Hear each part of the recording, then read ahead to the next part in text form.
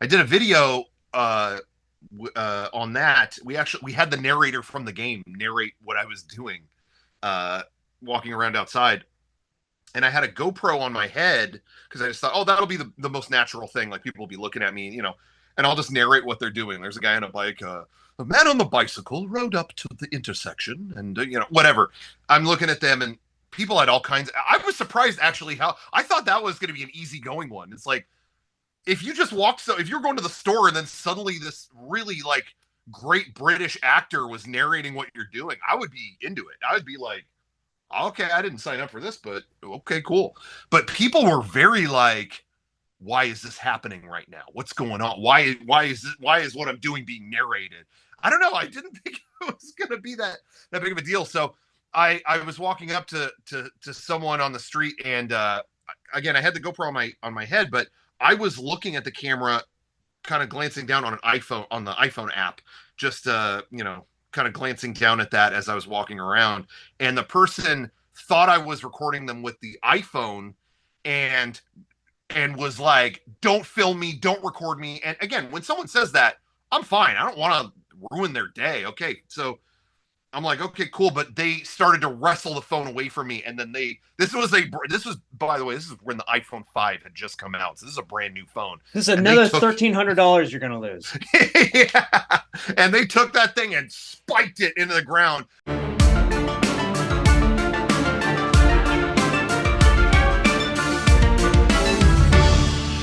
This week on Action Talks, I'm speaking with Rocco Botte. Rocco is the founder of Mega64, a group of indie filmmakers specializing in video game spoofs and commercials, and sometimes a combination of both. I consider Rocco to be the Ollie G of my generation, and I'm really excited to discuss new media, fandom, and comedy with him. Rocco, thank you so much for being on Action Talks. I'm excited to talk to you. Oh, thank you for having me. This is amazing. And Ali G thing, that's incredible. I couldn't think of a better. I mean, I'm flattered. I'm very, very flattered. I don't know what I did to And I mean the that. I show, don't not dress not half not as the well. movie. Yeah. Right. So, Yeah, the show was I my mean, favorite. yeah, a lot of people know you, Rocco, and they know Mega64, but maybe just give a quick summary of who your group is exactly and what you do.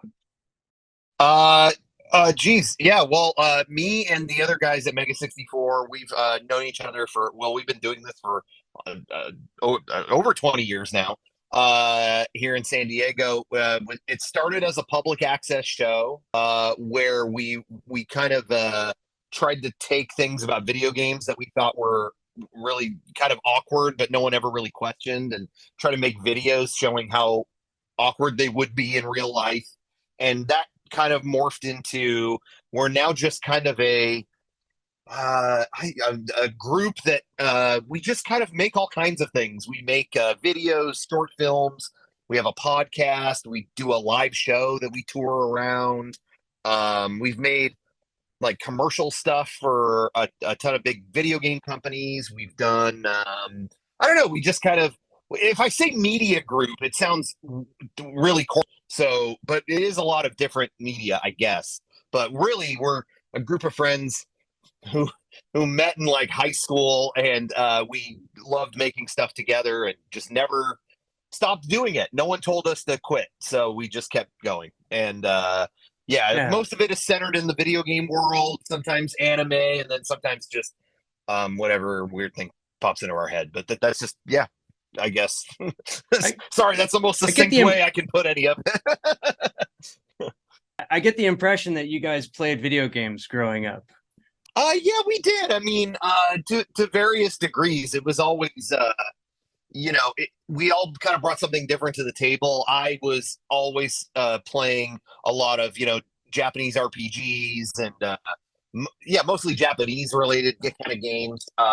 Derek, was more into like GTA and other, and maybe more kind of Western RPGs. And then Sean just played tons of Mario Kart with his family, and was on kind of the more casual side. So talk about how did you start out as a public access show? We Well, we honestly didn't know kind of where to put our stuff. We were making videos in high school. Just we were all in theater. We met doing theater in high school, and well, we had fun doing that, but we had even more fun. Like we would make behind the scenes videos for like, all right, we're going to be in this play together. By the way, at the cast party, here's behind the scenes, and also we filmed a skit making fun of this cast member, because they were being annoying or whatever. So we'd do a sketch kind of making fun of them. I know we sounded like really cool guys. But anyway, just stuff like that, goofing around. And then, yeah, we didn't know. It's like high school was over. The internet still wasn't really a place for video, really at all. You might be able to upload an MPEG file somewhere where it could be hosted, but that was kind of it. So it was like, I was very internet savvy, but I just didn't know a great way to show it anywhere. So I was like, well, all our favorite shows, it seems like started on a public access local station. Like, we really loved the Tom Green Show. We really loved Mystery Science Theater 3000, all that kind of stuff growing up. So it was like, well, yeah, let's just find the local station that'll play our stuff. And so there's a San Diego public access station on Cox Cable that we were like, oh, can we maybe we could put our stuff on there. And they had a very rigorous list of things to do. It was like, okay, you have to have 6 28-minute episodes before we can say yes to anything you play on here. And you have to attend 5 seminars to learn the ropes on how to air them. So I did all that. Like, we were all working part-time jobs, and while the other guys were working, I was on weekends going to a Cox Cable public access seminar. It was me and about 8 different church groups. And I think there was one guy trying to get like a pop album out. He wanted to air like a series on his pop album. And I went every week, and it was, I honestly learned so much stuff about video production that I would never ever use again, because it was all about how to convert your stuff to beta tape, and things like, and how to use their aging equipment in the studio. So it was like, oh yeah, okay. But we had a mission statement. We were like, let's make 6 28-minute episodes of this show. And I had this idea. I was like, I mentioned this earlier, like there are certain aspects of video games that you don't question when you're playing a game. But if you saw it in real life, you'd be like, that is totally not appropriate. Like, running through traffic as Frogger, or, when you're playing Assassin's Creed, he's walking through crowds of people going like that, like to get around the crowd. Well, if you saw that in real life, you'd be like, okay, cool, arrest this guy. Like, why is he acting like that? So it was like, well, let's film, almost like Jackass style kind of segments like that. That was my concept. That was the only thing I kind of knew to do. But it was like, how do we do a whole half hour of that? So with the other guys, it was like, very Mystery Science Theater-esque kind of story, where it was like, oh, a mad scientist made the most powerful game console ever, and these kidnapped dudes have to beta test it, and those are the experiments are those skits. So then we made that whole show, and we were like, hey, let's promote this public access show. I think I know how to upload a video on the internet. I think we could post it around and promote our public access show. And so we put up our theme song. We asked the band, the Aquabats, we were like, can we use a song for this? We'll send you a VHS tape of what we've made. That was the only way to get it to them. And they were like, this is weird, but yeah, use the song. And so we uploaded this clip, and it got so many views that we had all these luminaries from the internet, people from different websites, huge websites that I went to, that were reaching out to us. So like, wow, this is cool. I've never seen anything like this. And I was like, yeah, we're going to put this all in public access. They were like, don't, that's stupid. Why are you doing that? Stop. So we listened, and we instead kept filming skits. We called it Mega64 version 1. And it was those episodes that were intended for public access. We put that out on DVD. Meanwhile, we kept uploading skits to the website, and got a ton of views, and then got a ton of bandwidth bills. And it was a nightmare. It was awesome being seen. And then also you prayed that it wouldn't be that big, because then you'd just be charged more money. So I think that's it. I think that's the beginning of how it started. And we just kept making videos on the internet. YouTube showed up. And then it was like, oh, let's just host our videos here. And I just made a personal account and uploaded oh, here's our new Resident Evil video, and then that got like 6 million views. It was like, oh, I guess we're gonna keep doing this. So I think that's the at least the early part of the story until how we, got So out there, if I were an archaeologist, Sorry, if I were an archaeologist and I were piecing together all the pieces, I would say that you're doing this public access show around 2000, 2001. It was actually 2003. We started very early 2003. Yeah.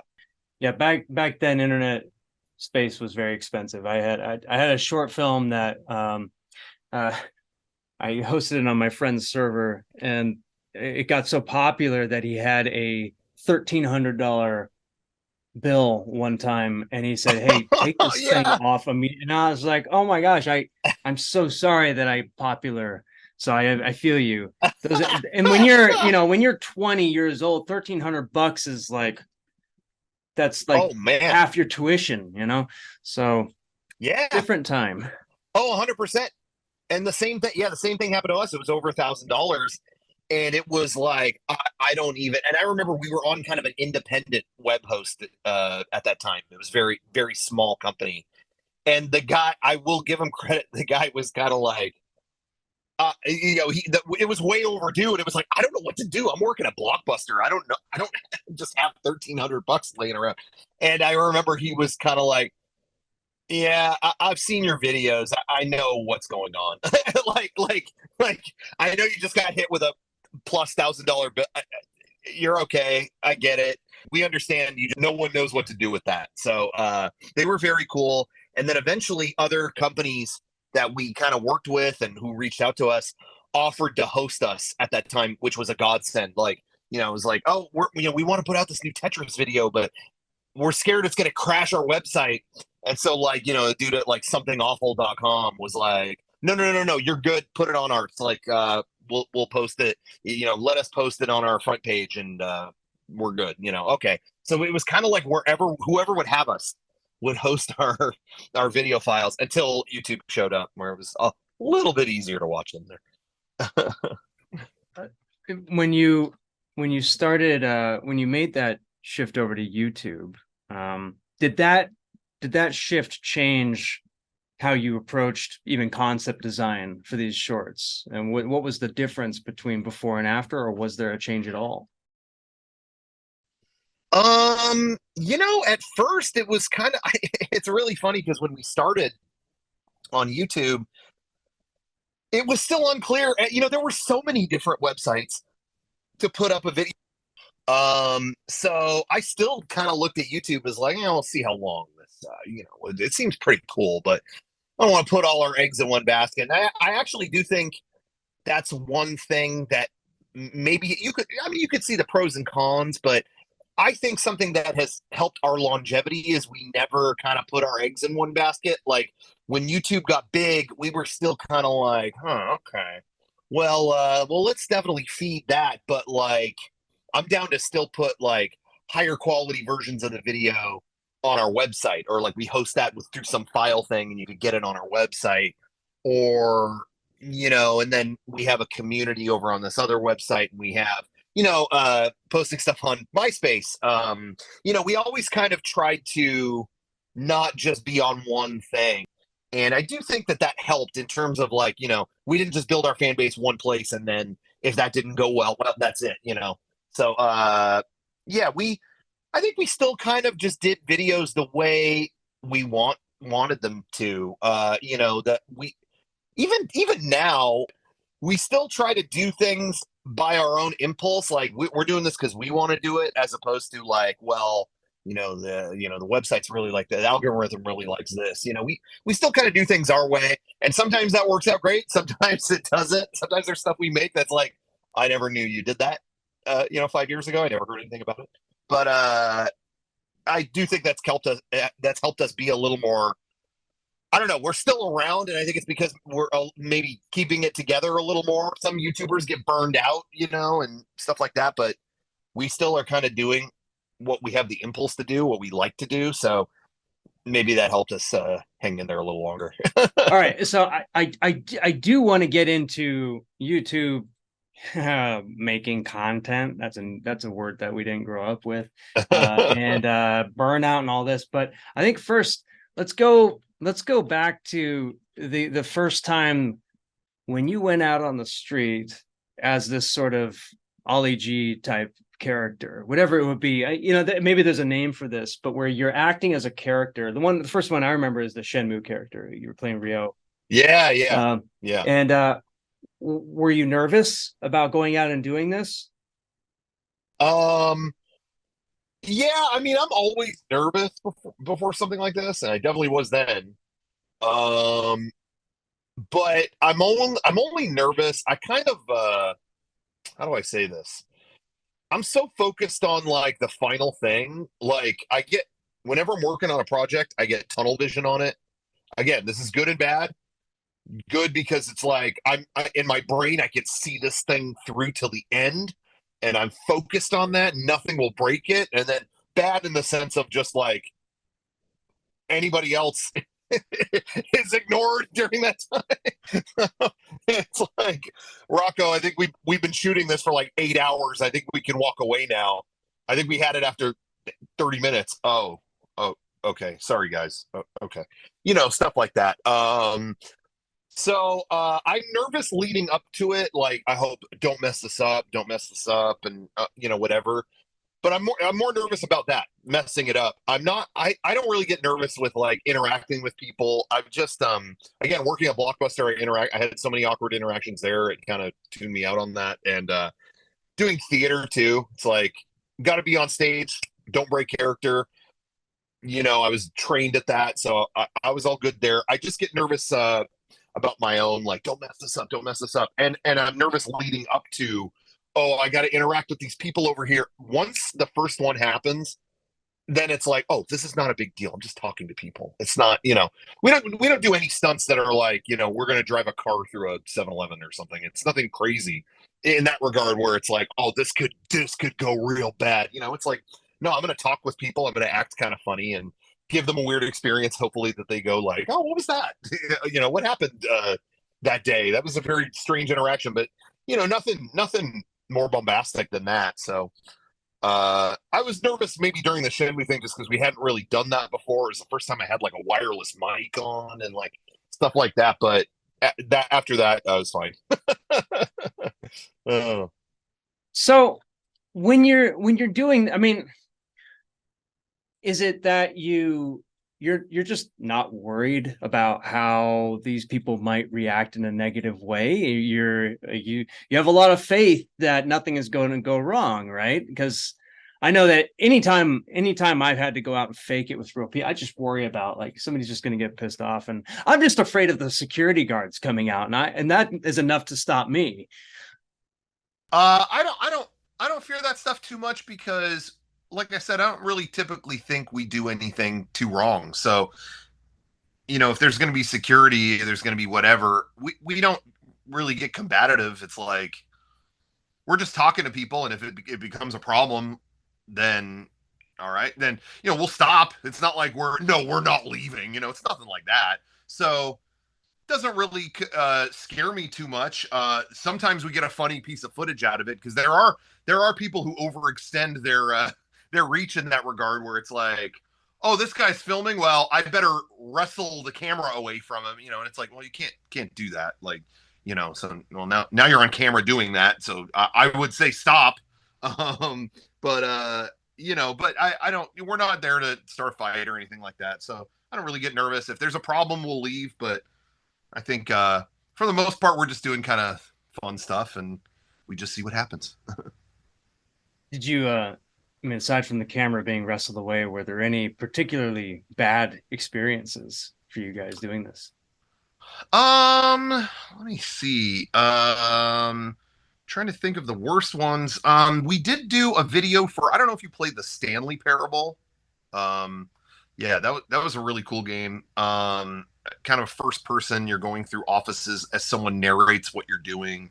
For anybody who may not have played it out there, but I did a video on that. We had the narrator from the game narrate what I was doing, walking around outside, and I had a GoPro on my head because I just thought, oh, that'll be the most natural thing. Like people will be looking at me, you know, and I'll just narrate what they're doing. There's a guy on a bike, a man on the bicycle rode up to the intersection, and you know, whatever. I'm looking at them, and people had all kinds. I was surprised actually how I thought that was going to be an easygoing one. It's like if you just walked, so if you're going to the store and then suddenly this really like great British actor was narrating what you're doing, I would be into it. I would be like, okay, I didn't sign up for this, but okay, cool. But people were very like, why is this happening right now? What's going on? Why is what I'm doing being narrated?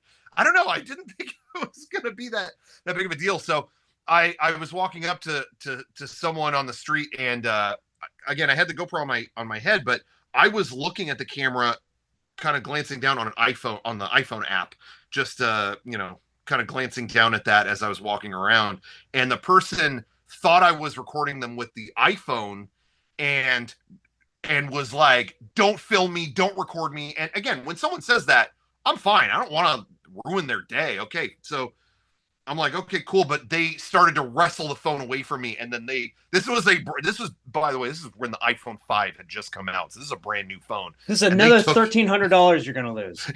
Yeah, and they took that thing and spiked it into the ground, and it was just like, okay. Again, though, you have the duality here, which is like, that sucked, but I did get it all on camera. Like, that was an amazing piece of footage that someone wasn't even having it and just took my gear and threw it. Like, that's a great clip, but ooh, my phone, that sucks. So I went over there. Miraculously, it did not break. I've still never in all our years shattered the front screen of any of my phones ever. I've never done that. So there it is. All right. So that's a challenge, apparently. I go case. Actually, I did have a case on it that day. I did have a case on it just in case, but every other time I don't. Were you generally surprised at people's reactions, or did people react in a way that you expected when you were going out and doing this in general? I think it's always a surprise when I think the most interesting kind of videos when you're doing them out in public. There's some where you know what's going to happen. You know, okay, we're trying to we did a video where we tried to fit a disc into a PS5 that didn't have the disc drive, and we knew in the video, like, okay, the PS5 gets broken up, it's gonna get, you know, we try to use like butter to like grease it up and then get the disc in there. We messed up a PS5. I'm not gonna say I'm, you know, proud of that or anything, but it was entertainment, whatever. And for every PS5 we broke, we donated one to a school. So anybody who's got a problem, there it is. We made good. Anyway, but the other half of the sketch was like, then let's try to return it at a store. So we did, and their reaction was completely logical. It was just like, what did you do? There's like dirt and mayonnaise and soap, and what happened to this PS5? We are not taking this. It was like, okay, and that's it. You know, so that is by the books, but it's fun to watch, you know, just because it's like, I wouldn't do that. Oh, but this guy's going to do it. Okay. You know, so it's fun to watch. The ones that blow me away are really when we do any kind of sketch where it's just like saying hi. Like, Sean did a Final Fantasy 12 video. There was a segment of the game. There's a part of the game where you have to change the public opinion on something. So this guy is just saying hi to people. He's going around under this alias. He's going, hi, I'm Captain I'm Captain Bash from Dalmasca. I'm Captain, like, that's it. He just is going up to people saying hi.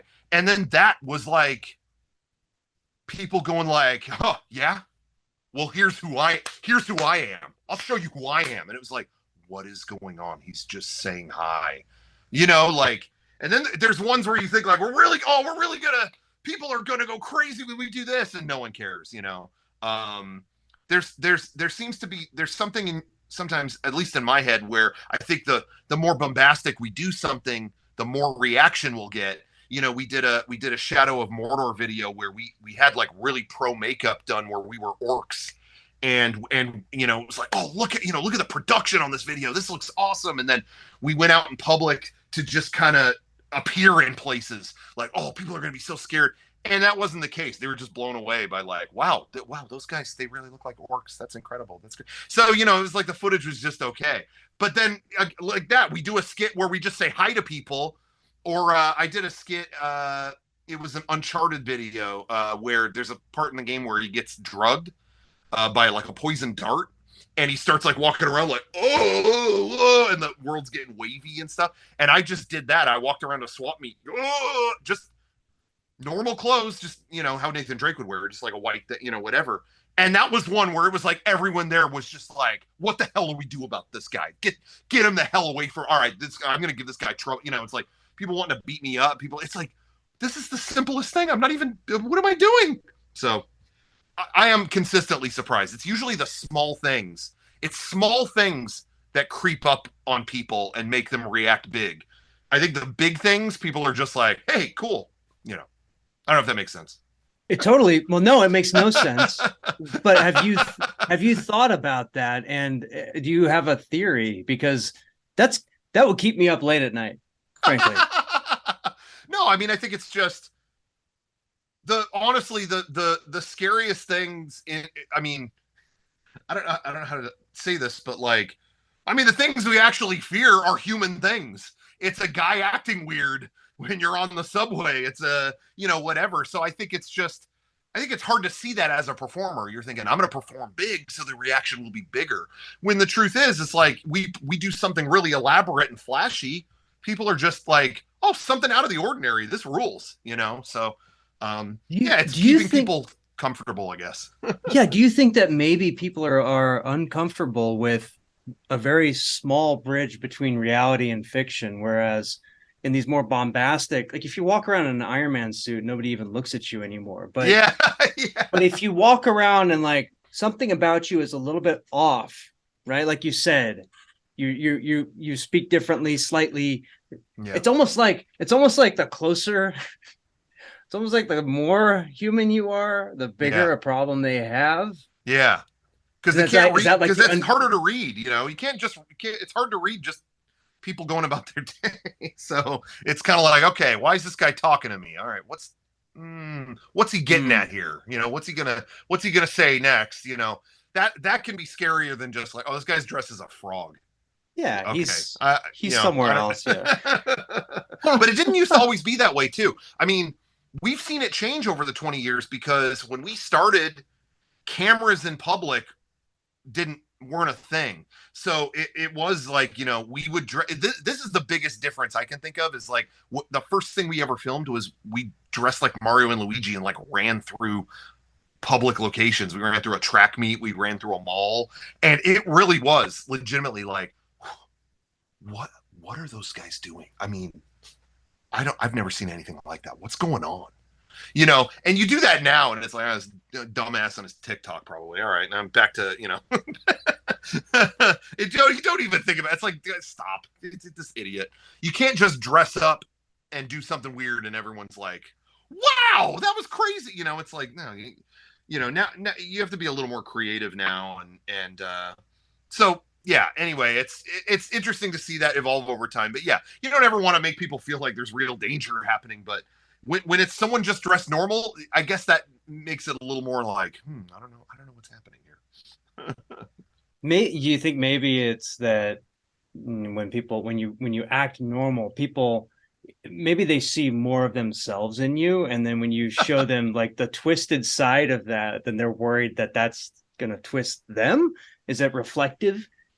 Yeah, I don't know. You know, maybe. And I think especially in the last couple years, you know, these types of videos that we're talking about, you know, we do all kinds of different videos. Some of them are out in public. Some of them are more, I hesitate to say cinematic, because it always sounds a little douchey, but, you know, whatever, just more kind of written out kind of stuff, I guess. But I love doing the out in public stuff. But in the last couple of years, we've done a little less of it, just because it is a little different energy with everyone kind of, you know, with like when the pandemic happened and all that stuff, everybody felt a little bit like, what's the appropriate way to act here?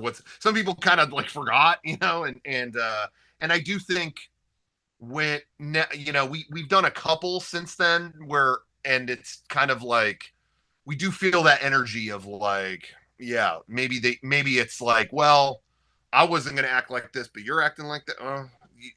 Yeah, it's kind of like, I think everyone is still trying to go like, wait, what is the right thing to do still, and there were so many incidents in public too with people kind of getting mad and things like that. So I think we're right now still in a little bit of a weird phase of like, I don't know if, how do we approach that kind of video, I guess. So yeah. Was that the case with the Resident Evil Village film that you guys did? Because that one, I love that one. Oh, thank you. Yeah. That we did. That was the first one we did out and about in public, where we had done, I think, kind of since the pandemic happened, and it was the first time we felt like, okay, it's feeling like kind of safe to go out and do that, whatever. And as we did it, I think most of the time, what we were doing looked so goofy. It was fine. Nobody really took it seriously, so it wasn't like a scary situation or anything. But I did feel a little bit like there was still that feeling of like, I think everyone's waiting for someone to implode kind of a little bit still. You know what I mean? Like, oh, I'm hearing someone yell. What's going on with them? I think there's a little bit of that residual feeling still, even if, a few years after 2020, there still is that, a little bit of that. Then they would look and see like, oh, this guy's got a fake arm and a Halloween hook going ooh with it, and it's not that big of a deal, but there's still a little bit of that energy, just like, So that's why I think we've done a little bit less of that. Not that I wouldn't do that again or anything like that, but just kind of like surveying the landscape a little bit. Yeah, it probably wouldn't have been good to do like a zombie during COVID. Yeah. Oh man. Although that video does have one of my favorite endings though, where when we were out at the beach, I think Derek was trying to like, oh, help me. He kept trying to get people to like help him with his hand. My hand's injured. Help me with my hand. And the guy was just like, oh no, stay there. I have COVID. And so we ended with that biohazard, so that was cool. But none of us caught it, so it all worked out. Yeah, it's great. A win-win. When did you see that this was going from being just fan films to being something where this can be commodified as advertisements, as whatever it's going to be? It's kind of funny because we never really did it the traditional way.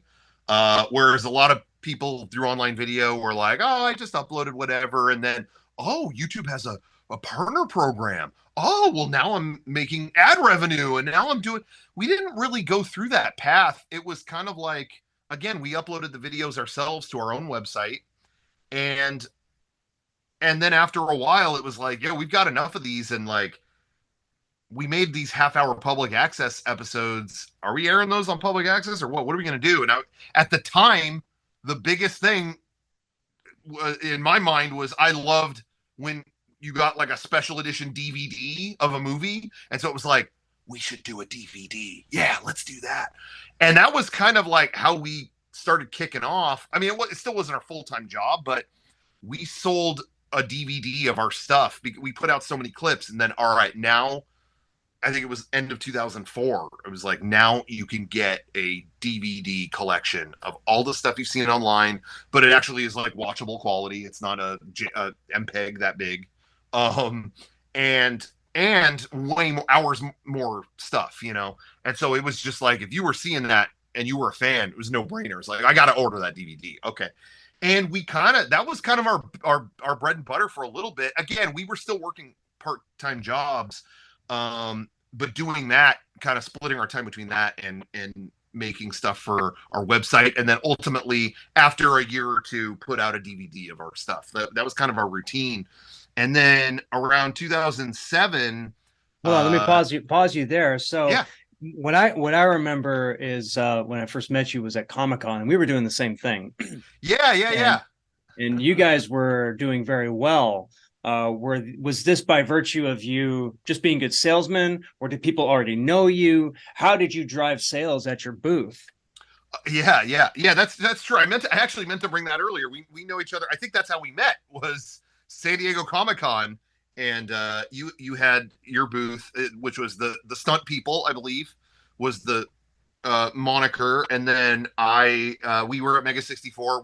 Our first few years of having a booth, I look at pictures and I'm just like, what a pile of trash. It's just boxes and trash everywhere. But we met performing, we met in theater, so we just used that booth as like, we were performing for people, we were reaching out to people. Hey, we've got this. Oh my gosh, Jim Carrey's autograph. Do you want this? Well, we don't have it, but we've got a Mega64 DVD. Check it out. You know, we would do stuff that would just get average Joes to be like, hey, I don't know what the hell you guys are, but yeah, give me the DVD. Yeah, okay, awesome. But I would say most of the people who came there had seen us from our, at least came to our booth, had seen us on our website, because I'm sure you remember this, but there was a moment in time, brief as it was, that you could just go to Comic-Con and buy a badge at the door, like, and go, you know. So it take you 30 minutes, yeah.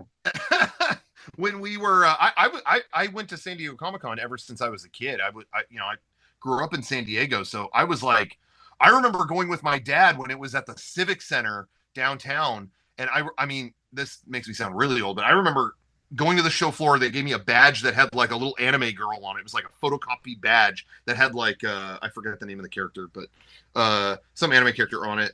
And I remember walking through and they had a poster for Who Framed Roger Rabbit, and it was like, yeah, that's coming out this summer.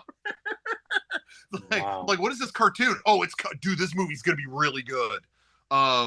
So that was the tradition. Just, yeah, oh, you want to go to Comic-Con? Yeah, and we would just roll over, go over there. So yeah, so it was very weird when it became like, oh no, you have to like go into a lottery to get into this event at all.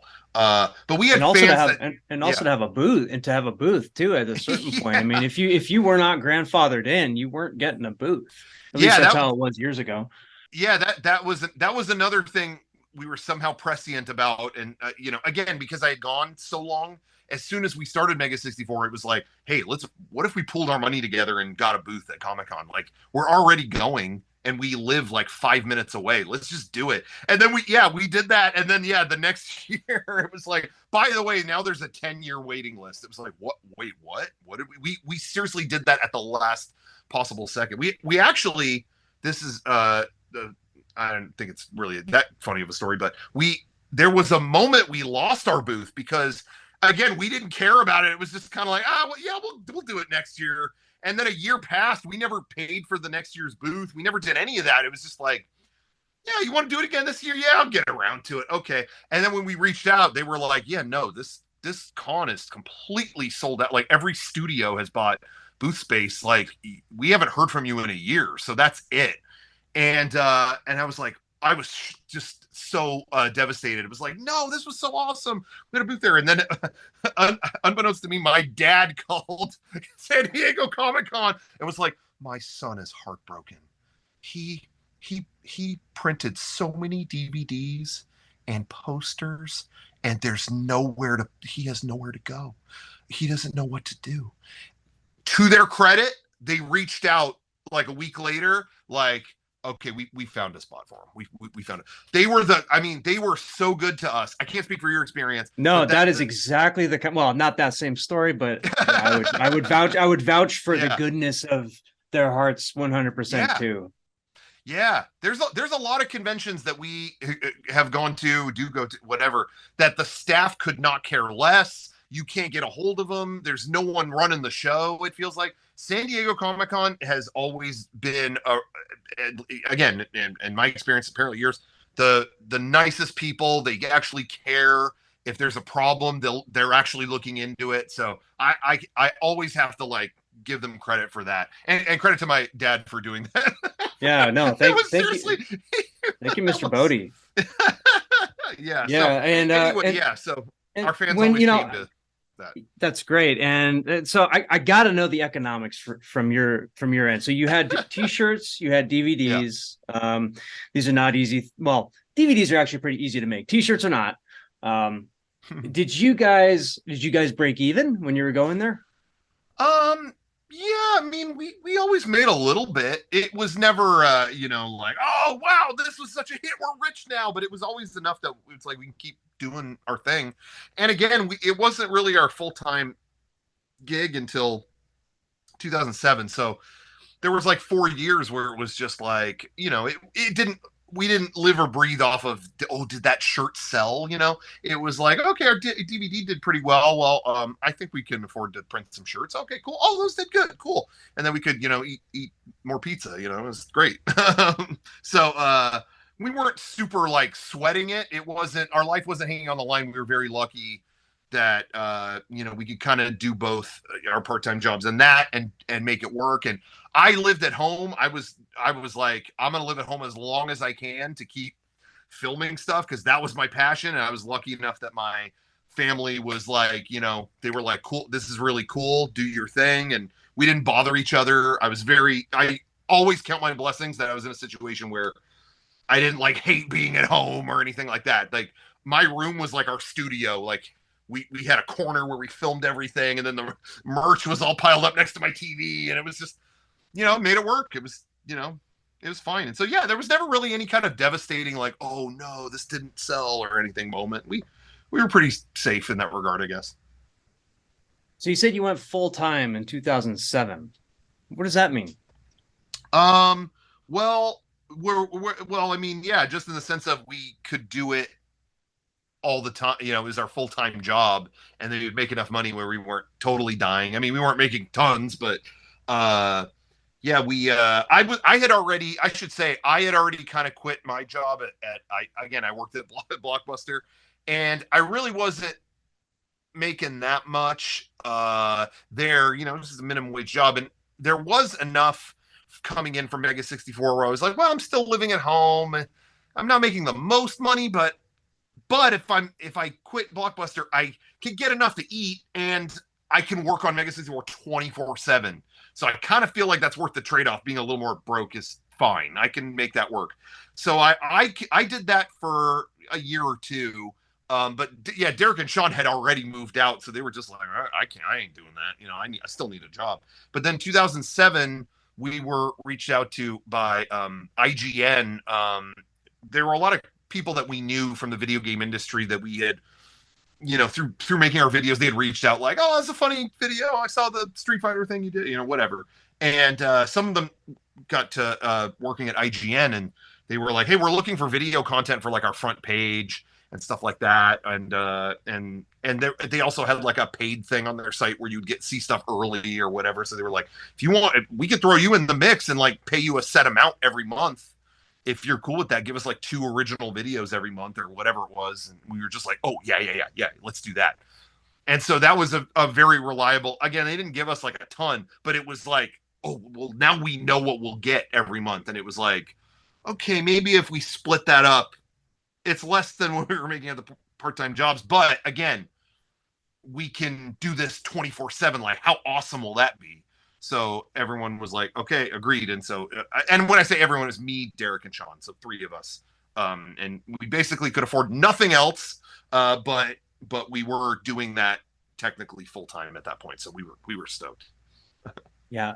Shout out to IGN. I mean, I had a friend who worked at IGN also. And even up until like 2014, 2015, you know, I had some serious help from them as well. I didn't get financial support, but they even then they were like, they wanted to put Tekken in Real Life on their channel. So they've always kind of been like that, you know, and they would do short films too. So yeah, I mean, that was kind of an interesting time period. Now that I think about it, that, you know, 05 to, well, I don't know. Maybe it's over. I'm not sure. Maybe you have a better read on it. But this was kind of a time period where these media companies were just looking to do cool, fun stuff. And that included having Mega64. Like, what was your read on, you know, the media business at the time? I mean, it wasn't called new media then, but it was new media. Yeah. No, it was kind of like everyone wanted to have their own little empire in that regard with like, online video. That online video was blowing up. So it's like, well, yeah, there's YouTube. Okay, everyone's watching YouTube, but you know, then IGN, it's like, come to our site. We've got our own selection of stuff. And then there was GameTrailers.com had all kinds of video game related stuff on there. You know, we didn't have anything on this, but Funny or Die was really big at the time, you know, like trying to get their own comedy video. Everyone was trying to do their own video network. And man, we talked with so many of them. I mean, for years it was just like, all right, you're doing stuff on IGN, but what about superdeluxe.com? Okay, yeah, we'll go over there. Oh, okay, well, that didn't work out. Well, we'll go. You know, every other week it was some new site trying to do a big media thing. Yeah, it was interesting. You know, I think that there was room for that for a while, but then as things got, I feel like, kind of more mobile and things like that. You know, people watching more stuff through mobile. It was like, well, yeah, YouTube like nailed that. The first iPhone had YouTube. You know, like before they had apps, YouTube was embedded in there. So I kind of feel like that was the end of that. You know, that it was everyone kind of playing catch up at that point. You know, it was like game trailers tried to do. Oh, we have a mobile site. We have a mobile site. Don't worry. But it wasn't going to catch up to YouTube being on the first iPhone. You know, so. Yeah, IGN. After a while, we left that. We did do game trailers for a while because they were the only other site we knew. All we knew was like, we make videos and someone sends us a check. Like, so let's keep doing that while we make other projects too. And so game trailers was also really cool and offer. You know, IGN did get a little weird after a while. Not because they were a great group of people, but the front page, what was on the front page after a while, all the like creative nerds that we knew there went away. And it was like, oh, here's a guy who used to work at corporate at eBay. And he was telling us kind of like how to do the sketches. You know, then it was like, I don't think we can be here anymore. but then, probably what happens at these organizations, not speaking for IGN in particular, but when you have very creatively driven people at these big organizations that keep growing, well, you're going to lose very creative people because they might not bring in the same revenue. They're going to bring eyes. They're going to bring an interesting angle. That's just an unfortunate trend that every company seems to go through. Yeah. But eventually we've always tried to adapt to different things. And so, you know, where maybe that pillar kind of went away where, we're not making exclusive stuff for various outlets anymore. But then over here in this direction, for the last couple of years, we've been streaming on Ustream just for fun because we have a buddy that works there and says, hey, try out this streaming application. Okay. So we're doing that. And then that turns into like Twitch is asking us to like, hey, well, if you're doing that, try our site. So okay, so maybe that pillar fell, but we were already kind of messing around with Twitch, so now we're doing stuff on there. So, you know, like I said, we're always trying to kind of like do a bunch of different stuff because, you know, it's that way we're just kind of, involved in everything as opposed to, you know, all our eggs are in that bag. Oh, IGN was our one thing. Well, we're gone, you know. I think it's, you know, we have creative ideas for all kinds of stuff, so we try to do it all. I guess maybe sometimes we bite off more than we could chew, but we try. I read an article one time, and I can't remember if it was Funny or Die or College Humor. I can't remember, but whoever was one of the head folks over there wrote about how in 2012, 2013, you could write comedy and just sell comedy to people essentially. Yeah, and people came, and depending on how good it was, more people would come, right? And then at a certain point, he realized that, first of all of his traffic was coming from social media at a certain point. And in order to get the views, he had to write for the algorithm. And it became this sort of crapshoot sometimes. Some weeks it would change. Was there a moment where you saw a shift in how the videos, like you just mentioned one, which is that, you know, you have like this kind of hierarchical change in an organization, but then there's this kind of like, I guess you would call it analytics change at an organization. When your experience with that?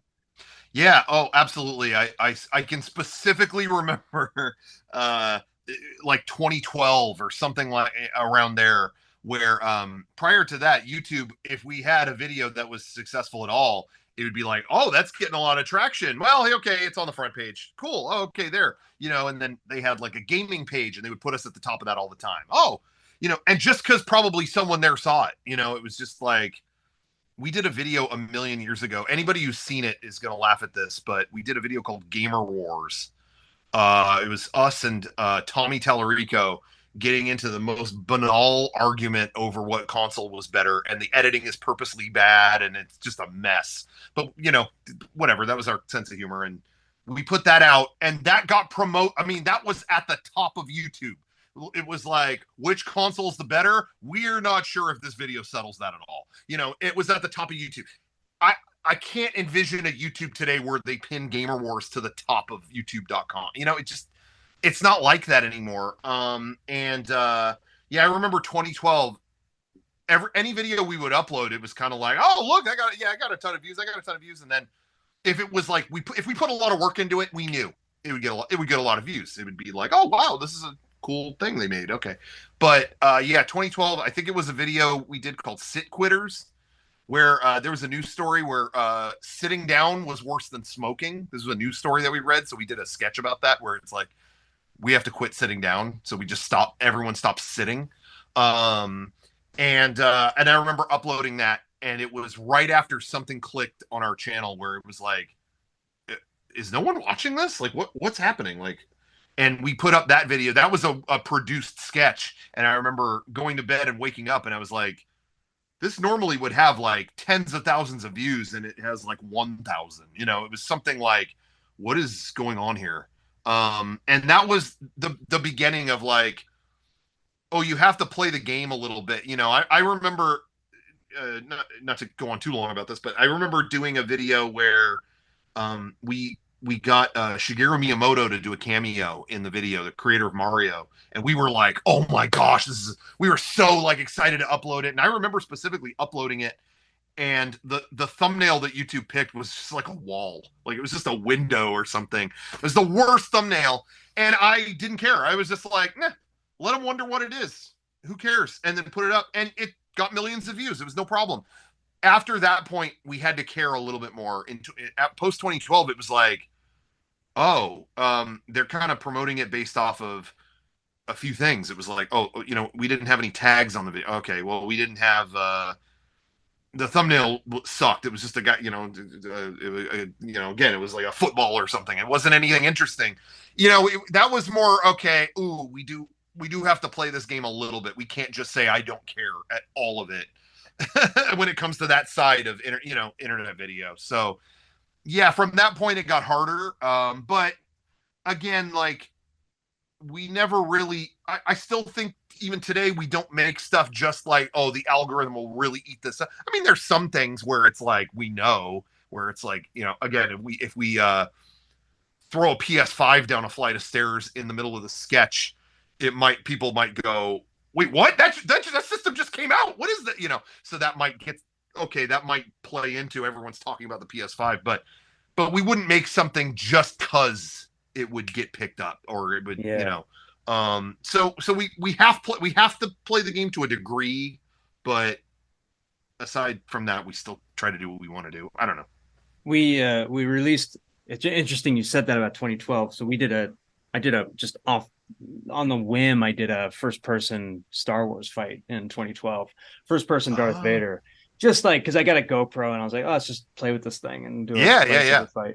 And it got 750,000 views within like no time. I went from 1,000 subscribers to 10,000 subscribers. Oh yeah, wow. And I was like, oh, awesome. Now I have 10,000 followers. And so the next video I put up was like, I don't know, another action scene I did, which was a better action scene, but was not Star Wars. And everybody was asking, well, where's the Star Wars stuff? Like, give me another Star Wars thing. I was like, okay. Yeah. So we went and did 2 more Star Wars shorts. We put money into it.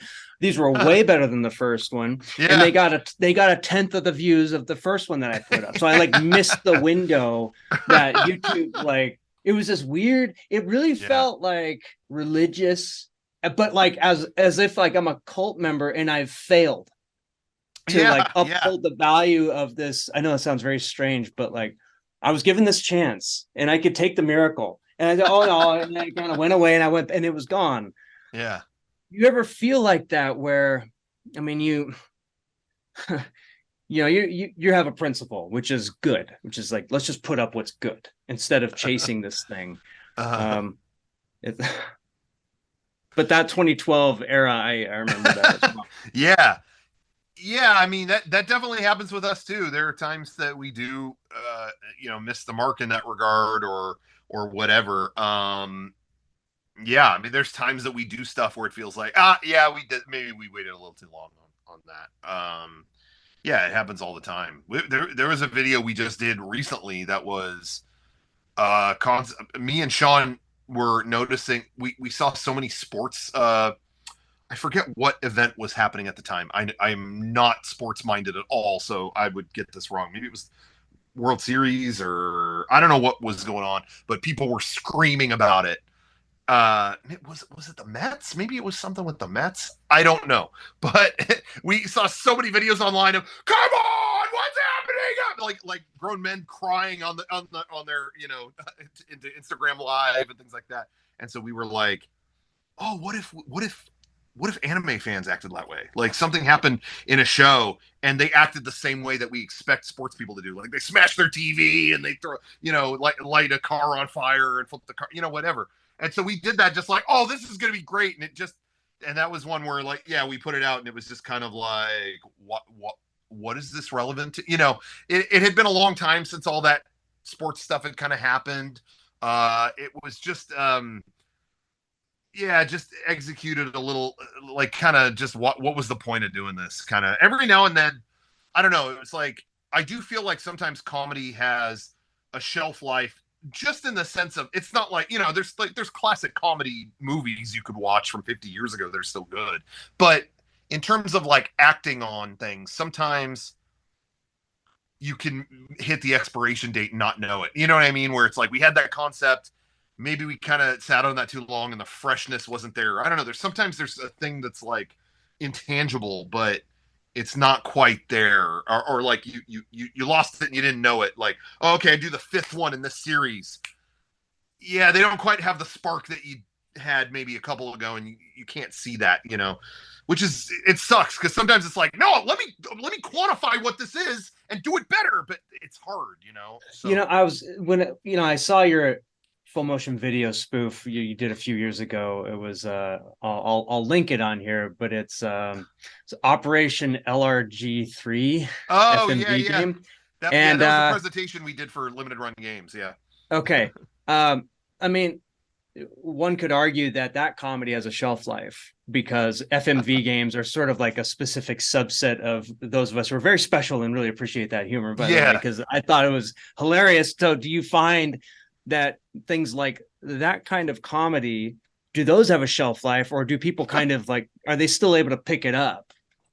I think it's more, I think when I say shelf life, it's less about the content like, oh, we're making fun of a genre of game 30 years ago. Is it too late to do that? Well, I guess in that regard, there is a shelf life too, where it's like, if we're doing a Gangnam Style parody right now, it'd be like, okay, you're a few years late to that. But wait a couple more years, it becomes funny again. When it comes to actual content, I do think on a long enough timeline, things become so irrelevant they go around to being really funny again. Just like there was a moment where polygon graphics, like PS1 graphics, were like, these are the ugliest games of all time. This aesthetic sucks. Throw them away. And now we're starting to see like, oh, this new game, they're purposely making it look like a PS1 game because that aesthetic is like, whoa, like that's really cool. So I think anything works that way. I guess when I bring up shelf life, it's more about the creation of the comedy. Like, hey, we have this idea for a video about a guy who has dancing cats. Oh, that's really funny. If we act on that now, I think we've all got that energy of like how to make it just hit, oh, it's great. But if it's like, okay, it's been 2 months, should we do that dancing cats video? Okay, we do it. I just feel like sometimes the spark isn't there. Sometimes it works out and it's fine, but sometimes it's like, damn, that sat on the shelf a little too long and we didn't bring that freshness to it. If that makes sense. It's not a tangible thing almost. It's almost like if you were to do Gangnam Style now, it would be like it's so uncool to do that would make it funny. Yeah, right? Maybe like Gangnam Style was a bad example because if you recorded one now, it would probably be a hit. I'll perhaps. Just say it. So think about it. I'm just saying, consider it. I can't dance. No, me neither. But that might just add. That makes it better. Exactly. That's why we should do it. Yeah. I mean, I feel like we could talk about the algorithm for the next 5 hours, and I don't want to belabor it anymore because I don't want to make it happy. But I do want to ask, when you, so you've talked about doing topical stuff and trying to hit that window. What about doing your brand? And is there a risk that you've perceived of going off brand and trying new things? I think that's something we've been pretty lucky in. We have tried a bunch of stuff. I just think we're lucky that we have a fan base that is pretty diehard enough that it's kind of like, yeah, try that. Okay, cool. That they've stuck around so long and through all kinds of stuff that it's like, again, we didn't just put our eggs in the YouTube basket where it's like, oh, we lost all the viewers on this video. That's it. All we know how to do is YouTube. So guess that's that. We never really had that. We've been very lucky to be in that position. So there are things we've tried where it didn't work. At one point, we kept hearing from people like, you guys always talk about video games, but we never see you play video games. So, what would that be like? And so we were like, okay, well, let's add that to our channel too. Like weekly, we have our podcast, and every now and then we have a produced video, but let's also add a weekly thing where we play video games together. And that was around the time when I think people were getting kind of fatigued on like Let's Play channels popping up. Everyone was trying to do one. We had no desire to do that. We just thought like, oh, fans want to see us play video games. But it just did not hit well. It was just like, please don't be another channel that's just playing Splatoon. Like we've seen this. Please don't. So it was like, okay, but it wasn't like that was, oh no, what are we going to do now? We just moved on to, okay, well, we have another creative thing we want to try. We're going to do that. So there's plenty of things that haven't worked, but we feel lucky that where we can do stuff and be supported. Right now we're attempting to write, we'll see where it goes, an FMV game, kind of like the, that presentation that you saw. We want to do an actual game like that. We don't know if it's going to work. We're going to try it. And that's what I mean. It's like our community is still here. They're not like, well, that sounds lame, or whatever. It's like, hey, we'll see what comes out of that. And because we're not delivering a Let's Play video every 2 days or have some insane thing to do, we have the flexibility to do it. So we've been very lucky. That's great. I will get that FMV game. Are you using Cinepack for your video compressor? I have no info like that. That's terrible old fat. I missed the window on that joke by about 35 years. Oh, see, there you go. so when how did the podcast start out, and how is it? What's been the story with that? The podcast, it was really in the early days of podcasts. It was around 2006. So we had only been doing Mega64 a few years, and podcasts were coming around. And again, it was called podcast because you listen to it on a damn iPod. That was kind of your only outlet. And I think I have one down here. Oh, really? That's the one thing that bums me out. I've always been Apple nut, with old, like iPod and iPhone, whatever. But I don't have any of the old devices. I would always give it to a friend or trade it in or whatever. So yeah, I wish I had that stuff. Yeah. Oh my gosh! Here, look at this. Wow. Thing. Oh, that now was what was so video. What was so nice about these? Yeah, it's a video iPod. You could probably play 30 minutes before it died out, and you could roll this nice wheel that you could touch without looking at it in your pocket. Yeah, that thing was awesome, and that was a big moment too because so just back up. We started our 2006 audio podcasts were invented, whatever. And I remember seeing them, and I was just like, I think some of our stories just hanging out together and talking about filming and some of the, just our real life riffing, I think some of that is even funnier than some of the stuff in our videos. So like, let's just record it. We do one a month or one every couple weeks. It doesn't have to be super often, but I just think like our fans would like that. There's no way to make money off of it or anything like that, but let's try it. Okay. So it started in 2006 and we just kept going. And then, yeah, video iPods started coming out. I started seeing, oh, there's video podcasts. You know, I'm watching like the Dig Nation and I think it was the Totally Rad show. And all that stuff. So it was just like, okay, we'll do that. And so then we found there was a site, I think it was Blip TV, that would be like, we'll host your video file so that you could post it as a video podcast too. Like we'll do, it's like, what a great service. So we were on there as well. People were watching us on video iPods. And then after a few years of that, they shut down. And I remember talking to our guy who helps us with web stuff, just like, so what's the best alternative to keep our video podcast going? He's like, dude, nothing. This will cost you so much money to keep doing this. It's over. Like video podcasts are done as of this website going down. That's it. So that was the end of that. But then YouTube kind of, again, pulled up that slack where people now will watch a full video podcast on YouTube. No questions asked. I put them on all the time, you know? So yeah, we just kept going. And you're at episode almost 700 now. Yeah. Something like that. I think so. It's congratulations. It's thanks. That's quite a commitment. So I wanted to ask much earlier, what has been your role in the production process? We see you in front of the camera all the time. What are we not seeing behind the scenes? What do you do? And what is your team, like your production team?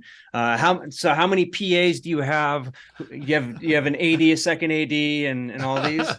Yeah, I've got a third AD, fourth AD. Yeah. All right, good. I'm losing track at this point. No, yeah. So,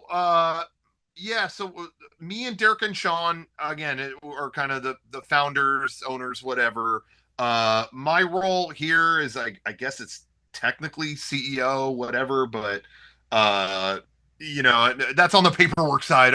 What I actually do behind the scenes is just on my end, like, actually, this is a really good question. We wear so many hats that it's rare that I have to like, oh, what do I actually jot down here? Producer, I guess, you know, organizing stuff behind the scenes, to make sure we can, you know, go film whatever. Derek does that too. I mean, we all kind of do some of everything. But like, you know, I'll write a lot of stuff with them. I'll write some stuff on my own, but a lot of times it's with them. Most of the time it's with them. I really think like the thing I spend the most time on when it comes to like making anything is probably editing. I think you know, me and Derek edit everything. We're kind of the main ones in terms of like the actual post-production, whatever. If it's something really effects heavy, I'll leave that to him because he knows a lot in that category. I'll edit just all kinds of stuff. I really like editing stuff that kind of has no story. You know, like he's really good at like writing a script. Like I can't write a script to save my life, but he knows how to do that, and then we'll film it, and he knows how to edit it in a way where it's like, if this follows this, it makes sense. This reads clearly. I don't know how to make something read clearly. I like to edit stuff where it's like, oh, we got a ton of footage at this one convention. I don't know what to do with it. Give it to me, and I'll make a video called Cosplayers with a Z, and it's just set to music, and it's, you know, tweaked editing and rapid fire shit, and you know, that's my expertise. The out in public videos, like we talked about earlier, I think I pretty much edited all of those. I can't think if there's any that I didn't edit myself. There's a few, but you know, stuff where there's just like a million hours of footage, but we got to make something snappy out of it. That's where I really I think that's my whatever. That's what I consider myself good at. One of very few things. But we all kind of do something that the other person does, you know? So I do a lot of that stuff. And then also when we do like physical media, which we still do, we are still doing, we have we put out a couple Blu-ray collections this year that are coming out. And like that, I think I'm the only one here who knows how to do that. Hey, that makes two of us. That makes two of Okay. us. Not many people know how to author a Blu-ray. It's a deep, hidden industry secret. Yes. So I didn't know when I was going to get to this, so I might as well say it now. I've been waiting to drop this bomb in the interview. everyone watching this, it was impossible to figure out how to put together and author a Blu-ray. I mean, there's programs you could look at online where it's like, oh, how do I make menus? And now you can click on the video plays. There's programs to help you to figure that out. But to bring them to like a factory and have them replicated and actually produced where someone can make thousands of them or whatever, there's no guide out there to do it. This guy, the host of this show, had the one blog post on the entire internet that was, there's no guide to how to do this. Here's how we did it. And I had that thing bookmarked. That was like one of the 3 holy grail bookmarks in my web browser that I had just forever, because he laid out, here's what we did. So we did it. We exported it as a .iso file. Then you convert it to a BDCMF file format. Then you do this. Then you do that. He had all that info in one page. And I'm just like, oh, this is a godsend. And I remember at that time, we had met you at Comic-Con already. And I'm looking at the page. I'm just like, out of all the people on the internet, this is the one guy who has written this. Like, and I remember telling you, I think it was the next Comic-Con, I was like, I don't know what we would have done had you not written the short story of that is I was trying to get a Blu-ray of Death Grip ready for Comic-Con, and I was like, my usual timeline was like, okay, if I export the ISO maybe 3 weeks before, I should be able to get 1,000 DVDs done, right? Yeah. So okay, and I called the company. I said, can you make Blu-rays? They said, yeah. I said, how much for 1,000? It's $1 a piece or $2. It was expensive at the time. So I said, okay, I will deliver you the materials. And so went into Encore, and they have a Blu-ray option. Cool. Exported the ISO and sent it over. And they said, no, you need a BDCMF. And I was like, what is that? I got 3 weeks to figure. And like you said, nobody wrote about this, but there was one program out there called Blue Streak Tracer. Yeah. And this guy had the $600 program. And I called him. I was like, what do I do? And he helped me out. And it's very simple. It takes you 10 minutes. You put your ISO into it, and then it dumps out a BDCMF. It's this very strange, no software will, $3,000 software will do it for you. Or you buy this $600 plugin. Anyway, long story short, barely made it. I think I got the Blu-rays done like a day before Comic-Con. And I blogged about that. That was the biggest hit on my website for years. People would email me and they would say, hey, look, I looked at your guide. Can I just send you my ISO and pay you? And I was like, I made the money back from that software in no time, just by people sending me their ISO. I dump it in and send it off. You could probably still make a business out of that. Yeah. No, the first Blu-ray we ever did, we always did DVD. And again, for people who might not know this, when you wanted to make a DVD, just a standard DVD, and have a company print 1,000 of them, or 1,000, however many, if it was past 1,000, you had to go into replication. They called it. It's not just, oh, you're making a few. You're replicating a ton. So with DVD, you could just hand them the disc. You could literally, you give them the ISO file, but I at least with me, sometimes I would just go to the factory with a copy of the disc, just like, copy that. Okay. And then a month later, we did it. Here's a few thousand of them. And then, Blu-ray, the security on it was so much more tight with, like, they didn't want people just making loose copies of stuff. So it was like you had to make, it was in a specific file structure on a hard drive that matched it had to meet to a proper code and all that stuff. So it made it way harder. Our first Blu-ray we did was our 10th anniversary box set of all our public access episodes. Like every video we had done to that point was in that box set. And I went through the same thing, studied your guide, but I was like, damn, at the time it was still a big expense. Like this program's like $600 or $700, whatever. Like, yeah, and I almost emailed you just like, you know how to do this? Like, could you do it? You would have been my 30th client. Yeah, but I remember thinking, okay, you know what? It's an investment.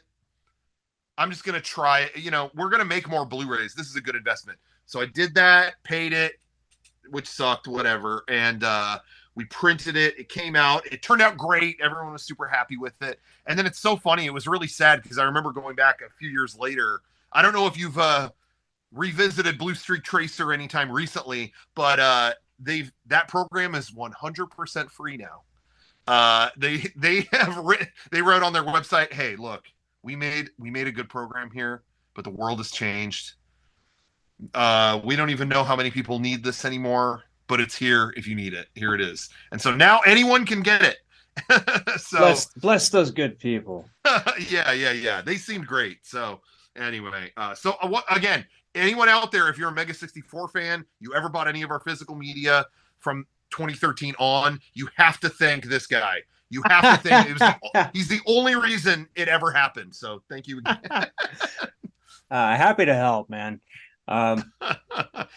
What's the well of ideas? What does that well look like to you? Is it stuff that you jot down on paper on a day-to-day basis? How do you come up with your next thing?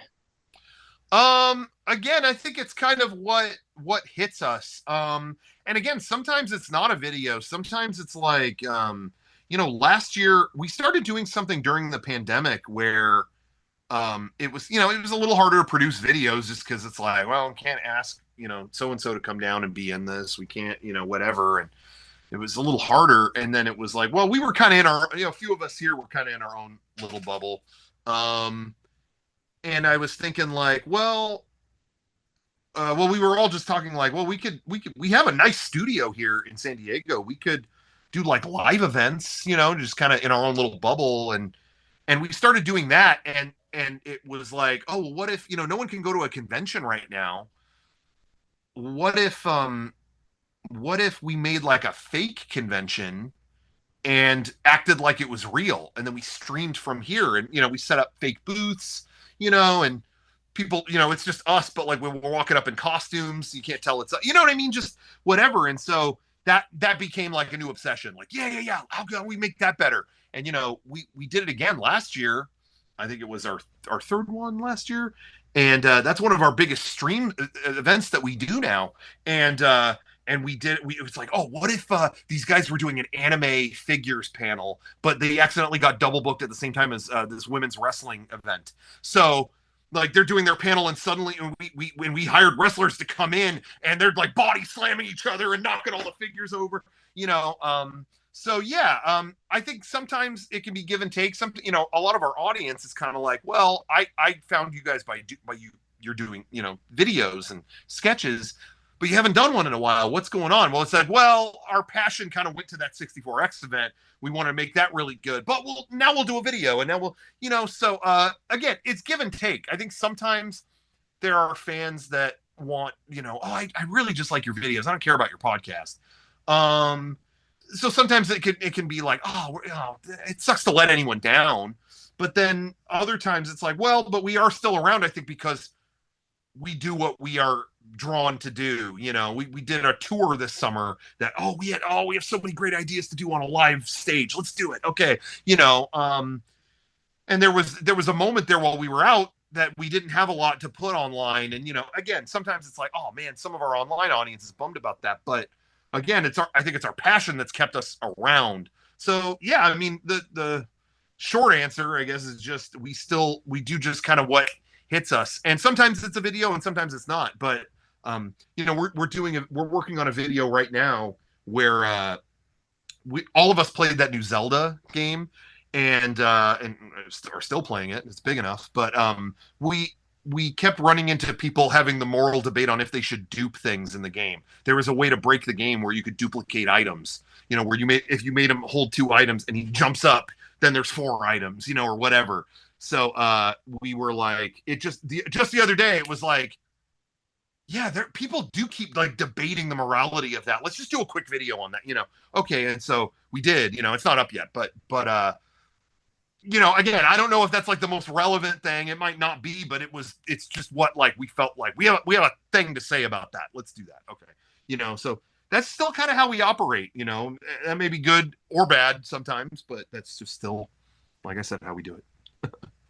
How do you listen to your fans? Where do you take the feedback from? What feedback do you find most valuable, least valuable? There are, again, we've been doing this long enough. We've been doing this long enough now that I think it's pretty easy to tell who's just being a dick and who's like trying to help. You know what I mean? I think when you first start out, it's just like, what is this? You kind of take it all maybe at the same value. Like, oh, you're saying that. Well, that's not true. Oh, whatever. Now, I don't know. I look through, we upload a video. I look at the comments. There are, we've actually coined terms for certain comments. There's a certain comment we call the Shakespeare, where someone writes 10 paragraphs about how you die, you're dead to them. And then they'll get like really personal too. Like, Rocco probably wasn't funny in this video because he's going through divorce or something like that, where it's like, but for the record, that's not true. I was never married, but people will just make stuff up where they'll be like, they try to get you personally or they try whatever. And it's like, okay, this is just a dick. So I don't take that seriously. Not that that makes it easy to read. I mean, that's still, you don't want to get a bunch of those, but I don't, I see that and I'm like, okay, yeah, moving on. I've been called every physical comment ever. It doesn't, at that point, that is like that shot of Neo just with all the stopping all the bullets. That's just how I feel when I see that. I'm just like, great. Oh yeah, cool. I'm fat. Thanks. But but then you start to recognize, okay, this guy had a well-written thing about like, hey, this video, you did this and this and this, but I think you missed the mark because that, and maybe you didn't realize that. Okay. Not written sensationally, just kind of like, okay, I feel like I can like sense energy from people now. And, I kind of take a look wherever, there's stuff on YouTube, there's stuff on Reddit. I try not to go too deep on any one of them. I try to get just a general consensus, but I find that usually floats to the top. You know what I mean? I was going to ask that. Do you think that YouTube puts the more useful comments at the top, and does Reddit put the more useful comments at the top? I don't know how I would rank that. I don't know about it actually putting anything literally at the top. I guess what I mean is like the things that are true find their way to me, even if I'm not digging for it. Do you know what I mean? We did a couple of years ago, we did like an Evangelion video, and we worked like throughout the whole pandemic on like recreating Evangelion with just like homemade objects and like, homemade aesthetic. And that we worked so hard on, I was like, that was one. I don't try to get too personally involved in any video where it's like, if they don't like this, it'll kill me. Nothing like that. But that was one where I love Ava so much, and we worked so long on it through so many difficult situations that I was like, yeah, I'm gonna just go into this like I don't care what anyone else says. I love it, So I really didn't look into comments, but when we posted it, it all came to me. I would log into Facebook or Twitter, and it was just like, hey, we screened this at a theater nearby because we were all so blown away by it. Hey, I'm at this anime convention. We all just watched it on the big screen. Thank you for doing. It all comes to me, and I could. It's like, okay, a normal video, or a kind of middling video, I would not get any emails like that, or anybody tweeting at me in that regard.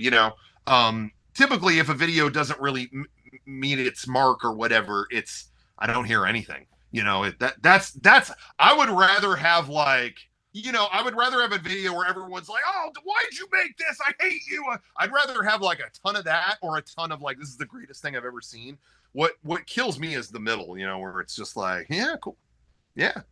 Thanks for uploading. It's like, oh, Yeah. So that's where I'm at. I don't know if that works the same way with all kinds of media, but with what we make, that's how I like to look at it. Sometimes you do get those kind of tortured souls who seem to kind of kick and squirm when you do something that, I don't know, whatever reason, like you said, the Shakespeare.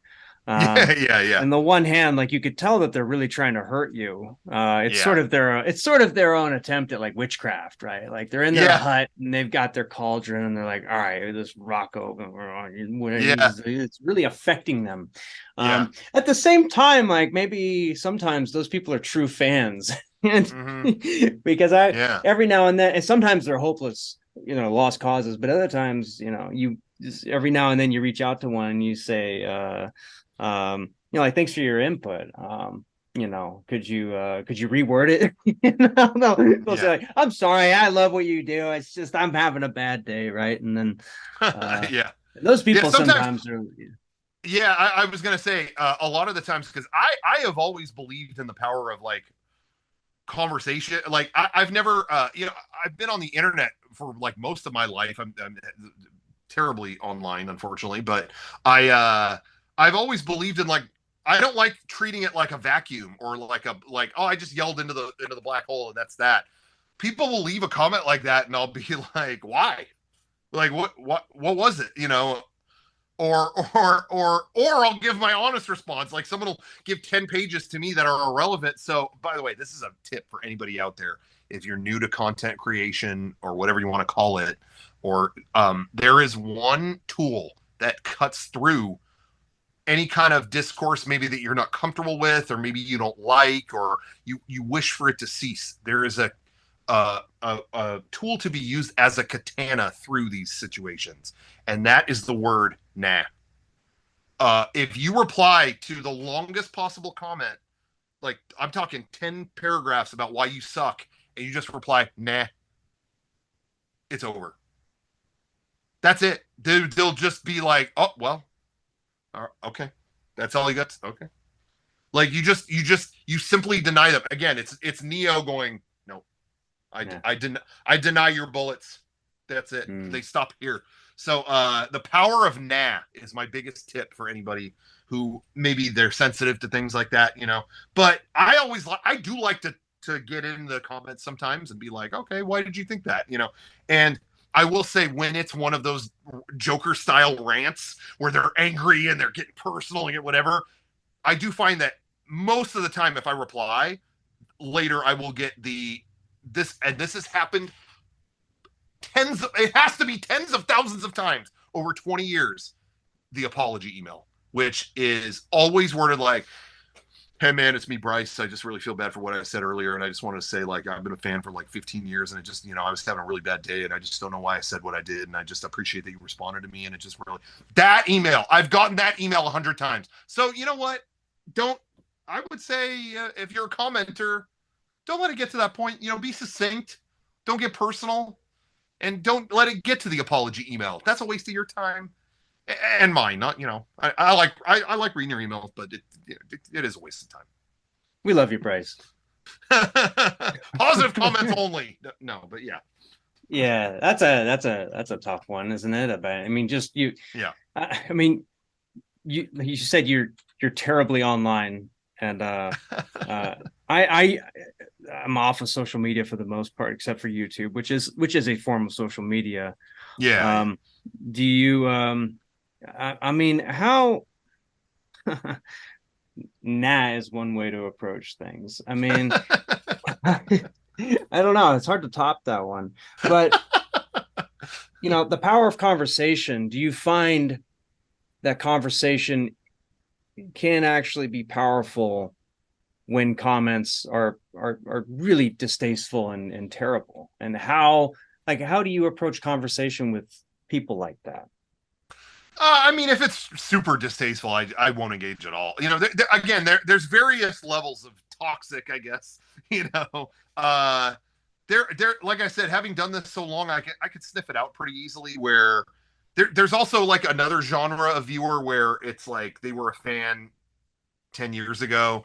This is definitely something they're not into now, but they stick around to kind of keep needling you about why you've fallen off, and it's like, damn, I've been seeing your comments for like 10 years. You've been saying you're not a fan for 10 years. Like, okay, yeah.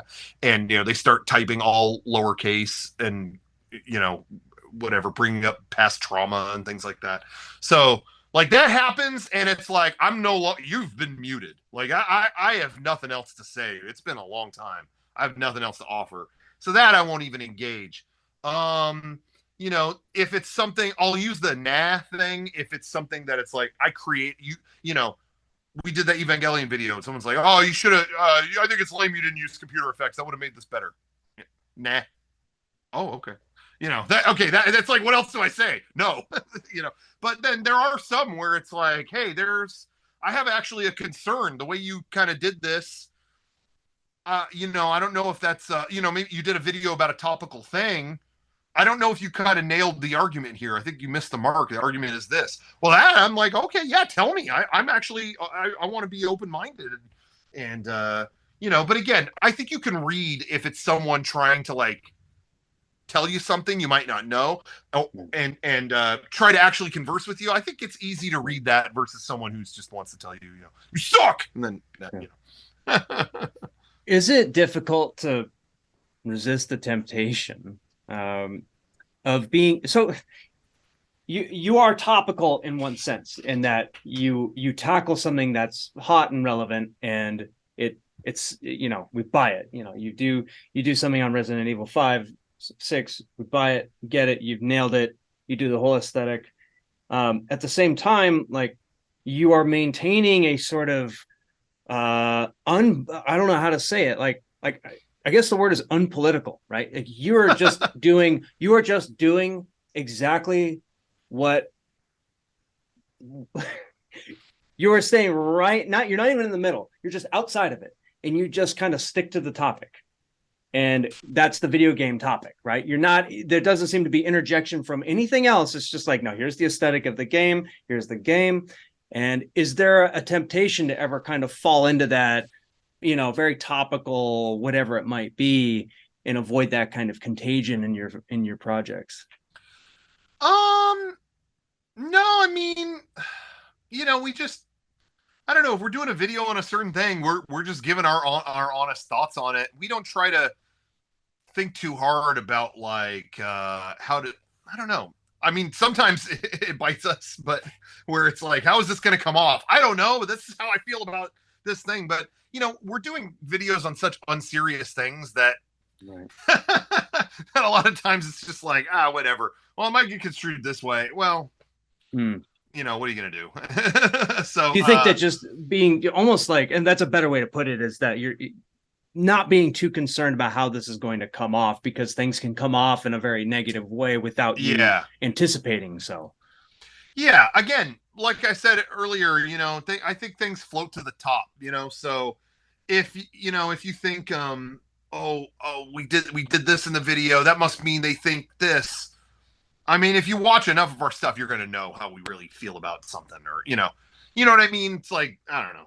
I try not to think too hard about that, because again, I could even tell you this. I could be like, whatever. I think Assassin's Creed is poisoning people's minds to play whatever. I could say that, and people could spin it into like, oh, he's promoting Assassin's Creed. He knows Ubisoft. he has friends there, so he's doing reverse psychology. You know, people take everything the way that they want to take it. So we just do things our way, and if you watch enough of our stuff, you know who we are and what we really are trying to say. So you kind of have the producer's problem, where you start talking a bunch of trash about something, and the people that made the thing are like, "Wow, this is really cool. I'm glad you like this so much." Hire you.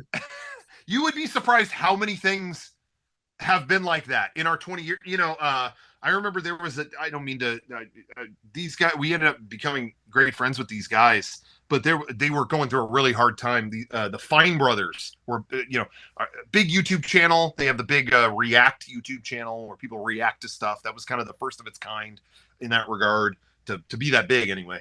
And they went through a difficult time, because they at one point tried to do a kind of a franchise thing where, like, hey, we're going to let other channels use our React branding to kind of make their own channel. If you want to make your own React channel, here's the tools to do it. But it kind of, in the midst of all that, it looked like they were trying to trademark the word React. Like, like it was like, oh, you're going to react to something? Well, that's trademarked by the Fine Brothers. It just didn't look good. The way it unfolded, everyone was like, what are they trying to do? And that was pandemonium on the internet. It was just like, oh my God, these guys are trying to trademark reacting to stuff. This is insane. You know, I wasn't even entirely sure if that's what they were trying to do. It was unclear. So we just made a quick video. Like, within 24 hours, we made a video about like, hey guys, we're going to trademark YouTube video. That's right. If you want to upload a YouTube video, license it from Mega64 and you can upload. All right. You know, we just made I don't remember exactly what we said, but it was a fake video about like, that's what we're doing. Videos filmed outside. We've trademarked this exciting new concept. If you film outside, license it from, you know, whatever. And and we just did that for fun. That got millions of views. Like, oh, these guys had the most epic takedown of the Fine Brothers. It was like, oh, we weren't even trying to take them down, but it was just a funny video. But anyway, everyone who saw that video was like, damn, they went for blood on the Fine Brothers. Fine Brothers, we met at an event. It was awkward for a second. But they reached out and talked with us, and they were just like, yeah, that whole time sucked. That video, yeah, we get the video is funny, whatever. But that's not what we were trying to do at all. Come be on one of our videos and you'll see what we're trying to do. Oh, okay, great. So we just ended up being friends with them. We were in a bunch of their React videos, and and we made friends. It was like, oh, we thought they were gonna want to kill us, so that worked out. But we've done that with video games too. We've made fun of certain video games ad nauseum to the point that, Ubisoft is down to work with you. Oh, okay. Nintendo and all kinds of these different companies we kind of lampoon, thinking like, well, they'll hate this. And it's like, oh, that was so funny. That was so true. That was weird.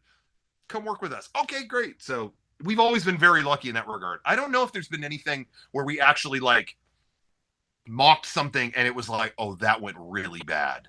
They did not appreciate that. I can't think of one off the top of my head that I can think of. The top of my head. Maybe someone out there remembers I told a story about that or something, but I can't think of any off the top of my head. Do they ever come to you first before you make those videos and ask you, hey, make fun of this game, whatever it might be? And does that work? There obviously has been some where it was a sponsored thing. So it's like, yeah, okay, you want to, produce this video and whatever will be behind it. But in terms of just like, hey, just to let you know, I'm not sure. But I mean, with sponsored videos, if I say like, hey, can you make a video about, my studio, whatever, my game, and you say, okay, and you make it. I mean, is there a line that you have to kind of toe where it's like, okay, I'm going to make fun of it, but not too much. I don't want it to look bad because I am making, the sponsored content. Yeah, I mean, again, I think if anyone reaches out to us, they typically kind of get it and what we do. So we're not afraid to kind of like poke fun a little bit, like, hey, we're going to jab at this. Cause usually it's like, we've heard it. Yeah. Whatever. And, I remember when we there was one year we directed Nintendo's presentation. We weren't in it, but they just asked us to like, yo, come back and do one and just be behind the camera on this one. It's like, okay, cool. So we did it. And it was when the amiibo, the amiibos, the little Nintendo, in case anyone out there doesn't know what an amiibo is, the little figurines that would do stuff in Nintendo games, they have a little chip in them. These came out and they were impossible to get. It was like the first series of amiibos came out and it was like every store is sold out, can't get them. This store has 800 Luigis. Do they have any other ones? No. Okay. It was impossible to get the full set. So when we wrote the video, I had I was emailing them at the script and it was like, okay, there's a joke in here where Reggie tries to get the company back because someone else took control of it, and they say, okay, we got one condition: the full set of Series 1 amiibos. And then it was just cutting to Reggie sweating, like, oh no, like even he can't get those, like even and they were very cool with it. They were like, we can't include that. But we know everyone's struggling to get the amiibos. So it's not, it's like they knew going to us we were gonna like poke fun at certain things, but then we poke fun at like, well, let's get Reggie to dress in all these funny outfits as he's working out, and he's got the Virtual Boy on, and that thing you can't see anything, so he's knocking stuff over. It's just you're wrecking his office. It's like, and the track and field pad. A lot of people would just cheat and put it on the ground and slap it with their hands instead of, we're making fun of all their products and they were like, no, this is great. This is fun, So I think having limits is not a bad thing. But normally, if they come far enough to talk to us, they know what they're getting. So they're not like, I can't believe you made this joke. That's terrible. We don't really encounter that. Yeah, I think, if I were to put on a corporate hat, I think that there's still something that's disarming about these films that you've been making for like 20 years now, where you clearly don't take yourselves as like philosophers very seriously. You don't take you're not moralizing, you're not doing anything like that. I mean, where did this sense, I'm gonna go way back now, where did this sense of like, what would you call it, like this disarming kind of comedy come from? It's not screwball necessarily, but it does have that kind of like vaudeville flavor to it, where who you're watching on screen is being so goofy and yet is ragging on things, so that you take the spoofing seriously, but you can't really blame the guy because he doesn't take himself seriously either. And Yeah. that's very attractive to, you know, the audience. Where did that Yeah. come from? Does it come from theater, or were you like that as a kid? No, yeah, I mean, maybe it was, you know, I can't speak for when I was a kid, but again, us all meeting in high school, I told you before we met, when we were in theater, we made videos behind the scenes of like the plays we were in theater, and I really think our sense of humor kind of developed there. I remember there was one video where we in our like freshman year, we had a substitute teacher in our theater class. Like we had a really trained professional theater teacher lined up for that year, and then she had a baby and was like, well, okay, I'm gonna leave for the rest of the semester. And we had a substitute who was one of the weirdest guys we've ever met, like just a spooky guy, like just a very strange guy.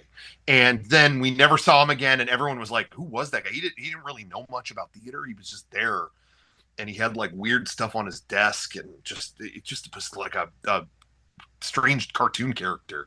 And so we did years of theater, and then in our senior year we were graduating, and I was making the behind the scenes video, and I'm like, I know what would shock everybody.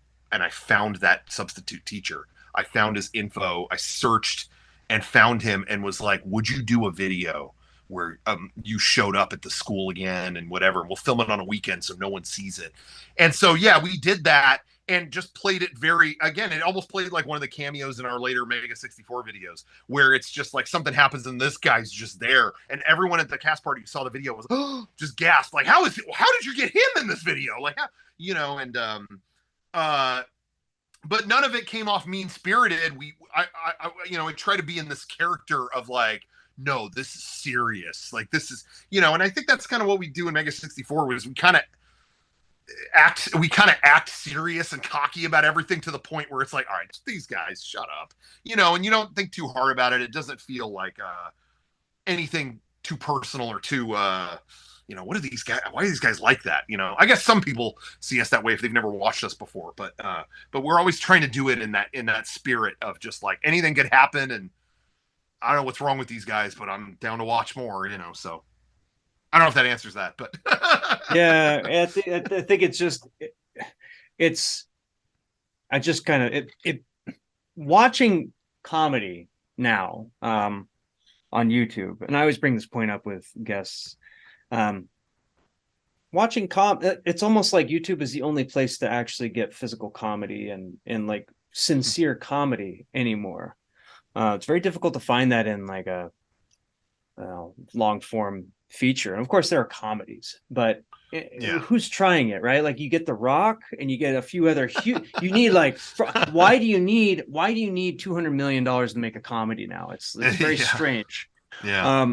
So you know, as you're making comedies on YouTube, you're using new media, and I think that YouTube is the home of the new action comedy stars. I really do. And I think that, you know, it's also the home of the new vaudevillians, and I think, you know, that's where you guys are at. As you're doing this, you know, do you ever reflect on comedies that you watched on film, how that's changed? Like, what's your kind of sense of the whole ecosystem of comedy?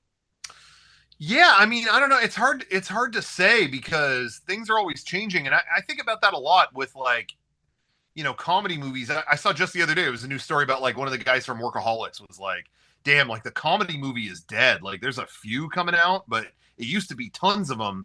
But I also think like, well, yeah, but also things have changed, because like in the early 2000s, we were getting a new, trying to be a Judd Apatow comedy we are getting like 8 of those every week, to the point where it was like, all right, stop. Right. You know, yeah. So like there's a little bit of that, but also comedy comes in other packages now. There's TikTok where it's like, okay, this is really short, but like you get a snippet of the way someone is acting.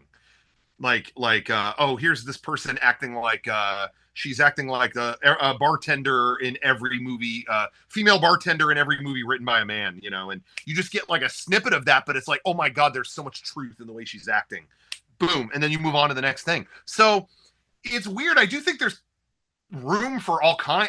I don't think like, well, now all comedy should be like that. I definitely don't think that, because there's definitely stuff that I have an idea that's like, this is a one note thing, but that'd be great for a TikTok. Okay, upload it there. But like, again, right now we're doing like a fully written out little short. Well, yeah, that's good. That's YouTube is the place for that, so it'll go there. You know, in terms of comedy movies, yeah, I mean, I do think there's a degree of like overthinking it. I think with all these other movies that are like, oh, we're spending way more on this, we're spending way more on that.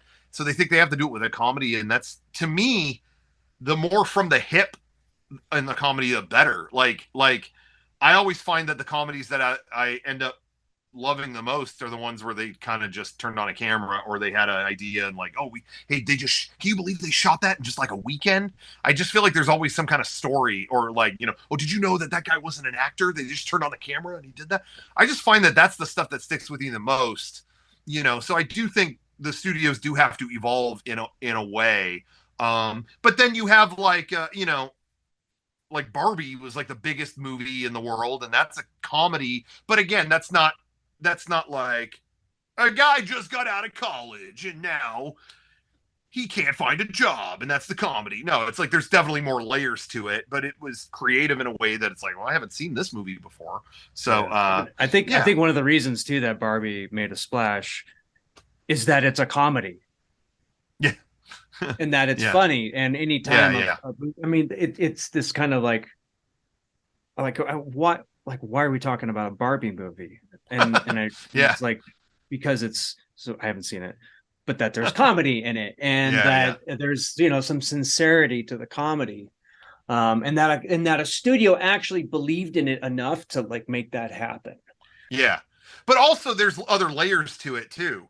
You know, when you see the trailer, it's not just Barbie lives in a town and she's scared to make her first impression. It's not just that. It's like, oh, they're actually acting like the toys. Oh, now they're going over here, and now she's in like reality. And now it is kind of like a little more cracked out. And I think that is just enticing. Like, oh, I don't know what's happening in this. I should check it out. You know, I do think that goes a long way. I loved, not to be well, this isn't a shameless plug on my side. I guess more for you, but Sorry to Bother You was one of my favorite movies the year that came out. I think you made I think I went into that not knowing if you were in that or not, and then I saw a second where I was like, I swear to God, I just saw him.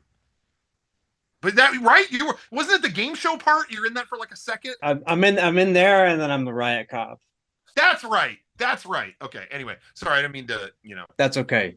But that was the movie where that got my attention. I don't go to see a lot of movies in the theater that aren't like, you know, Avatar, I guess. You know, it's like, I kind of treat it like I shouldn't say that. If it looks interesting, I'll go. But that was one where it's like there was a lot of marketing that kind of made it look comedic, but there was clearly more going on. So that's what got my attention. I was just like, damn, I don't know what's happening in this movie. Yeah. So, I don't know. I just think in general, people want to see something they haven't seen a million times before. Yeah. So. Do you think that, I mean, what do you think the future of comedy in a long format, like, where do you think that's going to come from? Yeah, that's a really good question. I do think because of things like TikTok and Instagram or whatever, all these places that we're sharing stuff, yeah, it's all shorter form, but I do think there's room for comedy movies and longer form kind of stuff like that. I just think, again, just to keep using Barbie as an example, it still had this energy of kind of, you know, again, comedy changes over time. Different decades want different stuff. I feel like right now it's kind of, even though Barbie was a linear story, I did see a lot of people online say, you know, I don't want to spoil it for you or anything, but I saw people online saying like, oh, this movie kind of had maybe it had too many ideas. Maybe it was kind of like this, then that, then this, and that. Maybe it was too many. Was that, you know, it was kind of a rapid fire. But I kind of feel like maybe that is the way it's going, where, okay, yeah, you have a movie, but it can be a lot of things. Just in the same way you're going through your TikTok feed and, okay, this guy falls off a BMX bike. Okay, you go to the next thing and it's a guy, here's what the people at Six Flags act like when you ask for the bathroom, and they're insulting a baby. That's pretty funny. Okay, you skip to the next thing, and it's a guy, you know, doing parkour, and he falls, whatever. You know, you get rapid fire through a lot of things, and I feel like maybe comedy movies will be more like that too. I don't mean like breakneck, like okay, stop, with a bunch of clips like that. I don't mean that, but just where it can be like, hey, you can have a lot of disparate comedy ideas kind of hitting you from everywhere, like, damn, I didn't expect that. Oh, I didn't expect this. You know, a little more avant-garde, a little more abstract maybe than just okay, A, B to C comedy. You know, this guy doesn't know how to go on a date, but she will teach him. You know what I mean? I think that maybe that will still exist, but the future will be kind of stuff that can be like a little more like, whoa, that was all that they were, you know, that was a mixtape of ideas, but they made it work, you know. But I think Barbie did a good job at that. It had threw a lot of ideas out there like a shotgun, but it was able to bookend them in a way that was like, yeah, that felt pretty satisfying. So that's my take on it. I don't know if I'm right, but more avant-garde kind of, I think. And again, I thought Sorry to Bother You was a great example of that too. I mean, you know, that movie went all over the place. Yeah, that was kind of a flash in the pan for a moment there, where I don't think anybody expected that, you know, because you know, that movie comes from a real place. You know, the filmmaker Boots, when he was doing it, it was like, I know that he's been working on that idea for a long time, and he was talking about it when we were doing Rope-a-Dope with him, and Rope-a-Dope. Oh man, I think that, yeah, just when it, you know, if you don't have someone like a Boots or like a Rocco, and this is my like little lecture on comedy, if you don't have somebody, I mean, I guess it's kind of like the goose that lays the golden egg. But here's the thing about this: is not a golden egg. This is just an egg, and that egg of comedy, you have to get it from the beginning to the end. And if you have a studio in the middle, this castle in the middle that has all these machines, and you know, it has one of these things, and it has one of these, it has a buzz saw, and it has this thing coming through, and you're trying to get that egg through that thing, because it can be destroyed at casting and script, and it can be destroyed when you're shooting it. It can be destroyed in the edit, and you get it here, and then this guy puts a really crappy soundtrack that just like tells you when all the funny beats are, and just squash it. In order to get it, if you have to get it through, and like what big studio would allow that, right? Which made it all the more of a miracle that I saw that movie in theaters. And I can't say it enough, not to sound like a kiss ass here, but seriously, that was my favorite. Sorry to Bother You is my favorite movie of that year, so please pass that along if you talk to them. It's a good movie. That was so good. It's become so hard to do that, and even now with Barbie's success, you're seeing all the wrong messages being taken from that, where it's like, oh, it's a hit, well, we got to make a Hot Wheels movie, well, we got to make a Polly Pocket movie, and it's like, that's not what it was. It's that they did all these incredibly bizarre things and somehow made it all come together at the end, and it touched people. No, it's the toys. We have to base it on the toys, so we're gonna do a Mighty Max movie. Actually, I would like to see a Mighty Max movie. I done those. Don't say that, man, because you never know what they'll do. You know? They'll give it to you. They'll give it to you hard, real hard. But no, I think that's a big part though of like what's going on with like the strike and all that stuff right now. Is I think it's more than just we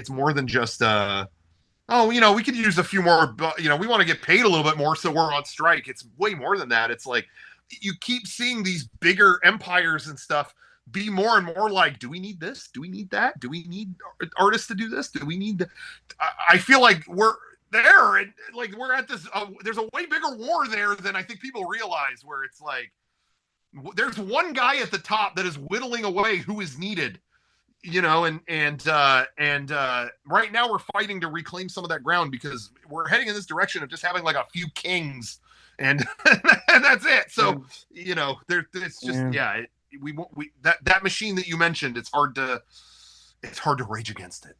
Well, look, I thank you for being funny. Thank you for doing comedy. No, yeah, I know it's hard. Hold on. Keep at it. Hold on, real quick. Not to interrupt you, but I want to thank you.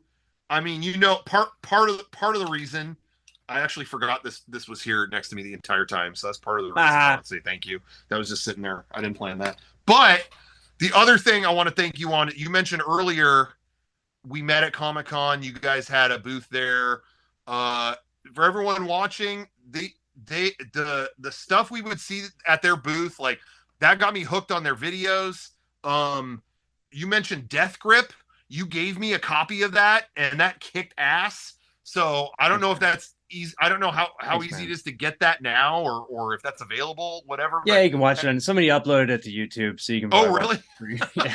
Oh, okay. Somebody pirated it, and it's on YouTube. So there you go. Don't worry, you don't have to buy it. Oh, okay. Well, I wasn't gonna say. I'm not gonna say that, but that movie kicked ass. Johnny Young Bosch was in it. That was badass. There's a whole fight. I remember you completely annihilated a bathroom in that, and I thought that was so. I was like, how the hell did they do this? Of course, I did watch all the behind the scenes on how you did do it, but that was just awesome. So I don't want to sell your work short. So like, I know we're talking about me, but we had to turn this around in case no one else has done that enough. You made so much great stuff, and we always loved being a Comic-Con neighbor to you, and we miss it, man. So I miss it too. We want to know when you're coming back. When's the booth? Well, I did want to ask. I mean, how is the scene there now for you guys at Comic-Con? Is it better, worse? You know, if we ever do any kind of Comic-Con where, you know, there's a lot of events we'll do, or we'll show up at PAX, or we'll show up at Anime Expo. You know, okay, that's a video game event, and that's an anime event. They're very focused on those. And like, if we have a booth there, it does very well. Or we'll show up, and it's always like, oh, okay, oh, cool. Wow, we got a lot of attention at that event. Awesome. Okay, great. Comic-Con is a little different, where it's like they're not, the crowd's not there for you at Comic-Con. It's like, oh, that's cool. Here's your booth. Great. Where's Deadpool? Like, where's that? Where's Funko Pops? So we don't do most cons or events that if it's centered around just general Comic-Con, we don't go. But San Diego is our hometown show, so we kind of like know a lot of people there.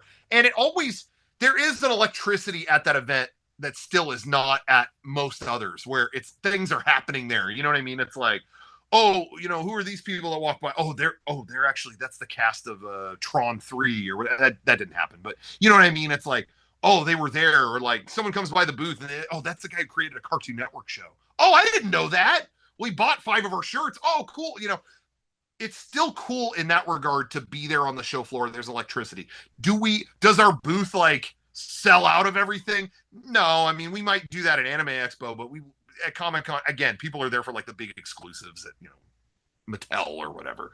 But it's fun for us because we live right next door to it. So again, we just walk up to it. We're there. We get a burrito down the street. We're hanging at the booth. We see people we know, and we get some good, you know, press out of it or whatever, just being there. And our panel is always a lot of fun. So yeah, I mean, I think we have, that's the one where it's like more fun than I guess, does our booth sell a lot of stuff? We're not as focused on that there, I guess. We do well enough that it's worth going, but yeah, we you know, it's also, they've done a good job. It's still a crazy event, but they've done a good job making it manageable, as opposed to there were times in the past where it was like, I don't know if I can keep doing this, but now it's like, okay, you know, like the badges are chipped, so you don't have a bunch of people trying to get in. You can't get within a mile of the convention center without a badge now. It's like there's a perimeter where security checks, you know, and so it feels a little more like, cool, I'm happy to be here, as opposed to, oh, I can't get out, you know. if that makes sense. That's Yeah, you have to do the Assassin's Creed thing to walk through them. Which I'm happy to do, but All right, Rocco, thanks. Appreciate your time. Yeah. Love your work, and oh, thank you. Look forward to whatever you do next. Thank you very much. I appreciate that. Same to you. Action Talks is available on YouTube, iTunes, and Spotify. Join my Telegram at t.me/Eric Jacobus. You can check out my studio at superalloyinteractive.com. My website and blog is at ericjacobus.com, and be sure to subscribe. Thank you.